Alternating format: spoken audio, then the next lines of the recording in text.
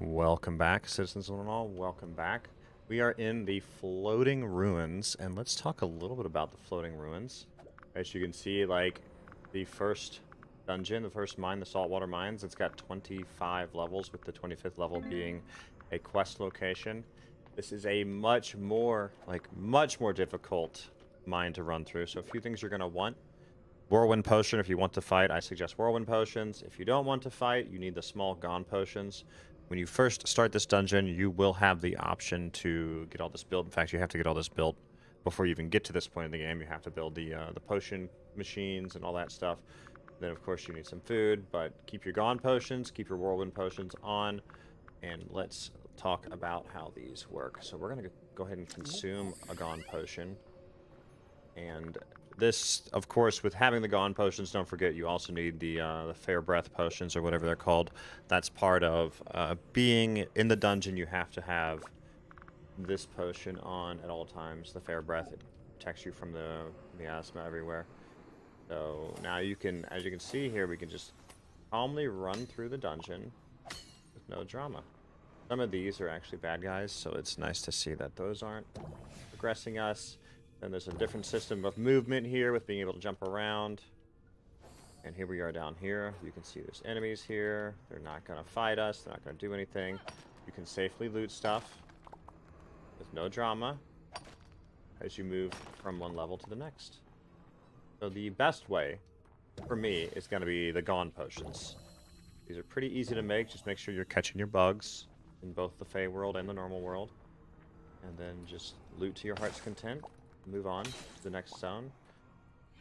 I've seen a few times that you can't do your super smash moves by the things, but I've never had them engage me based off of that. Just don't do your actual spells. You can use your pickaxe move and just move along. And we've already had this floor open, so we're fine. And let's proceed to the next floor. Keep on looting. And we also have a few seals to use. And we are about to change potions as well. We will now find some things to fight, and we will swap potions, and I will show you. So when you swap, even though you're still invisible, when you swap to this potion, it should take the invisibility away. And it did. So now it's all about the whirlwinds. So you want to fight and use the whirlwinds. These are especially effective against the statues, which let's see if we can find some of those to fight. For any of these statues. Yeah, here we go. See? So these things are the most annoying thing to fight, but when you use the whirlwind potion, they die really quick. Like that. So if you want to fight, use whirlwind. And beyond that, then you're still back to your same loot routine. You're good to go. And then you can also use your spell here if you wanted to, but I would not advise it. It's kind of a waste of mana. Really just use your battle staff and attack things, and use those whirlwind potions when you happen across big sections of the big statue.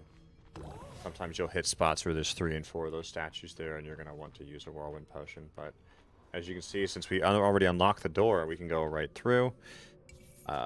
Beyond that, as you proceed through here, you have to loot the resources for your chance to find what you need. Oops, that's the wrong potion. Excuse me. Let's try that again. Here we go. Yeah, see, that's why I hate having to go to the menus, because that's what happens every time. So you have to kind of typically back out of the zone and then go back into the zone to fight. Otherwise, that's what happens. And you still have to come over here, take your potion. You can loot.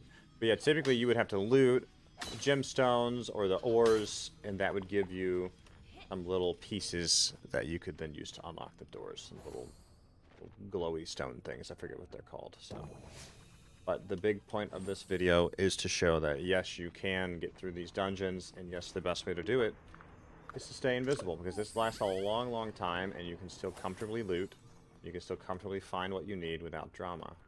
So, on that note, please do like, subscribe, and carry on enjoying Fae Farm.